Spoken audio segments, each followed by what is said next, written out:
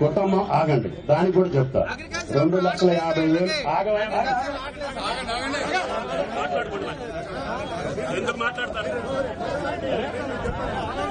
చెప్పేది నేను. 2 లక్షలు ఉంటే వేస్తా, నువ్వు 50,000 కట్టకపోతే నీకు రెగ్యులర్ కాదు, లోన్ రాదు. అంటే ఆ కుటుంబాన్ని మళ్ళీ బాధల్లో పెట్టదలుచుకోలేదు. కుటుంబం రుణ విముక్తులు కావాలి. కుటుంబం రుణ విముక్తులు అయితే నువ్వు 2.5 లక్షలు కట్టి 3 లక్షలు తీసుకో, మాకు అభ్యంతరం లేదు. నువ్వు కట్టిన కాడికి నీ చేతిలోకి రావాలి. నువ్వు ఎంత కడితే అంత. కానీ కట్టకపోతే 10,000 ఎక్కువ ఉన్నా కూడా నీకు లోన్ రెగ్యులర్ చేయడాడు, లోన్ ఇవ్వడం. దానివల్ల నీ కుటుంబం రుణ విముక్తులైనట్టు కాదు. కాబట్టి కరెక్ట్ గా రైతులు బాస్ కోసం మీరు ఏం చెప్పినా కూడా ఈ ప్రభుత్వం వింటది అని చెప్పి విజ్ఞప్తి చేస్తున్నారు.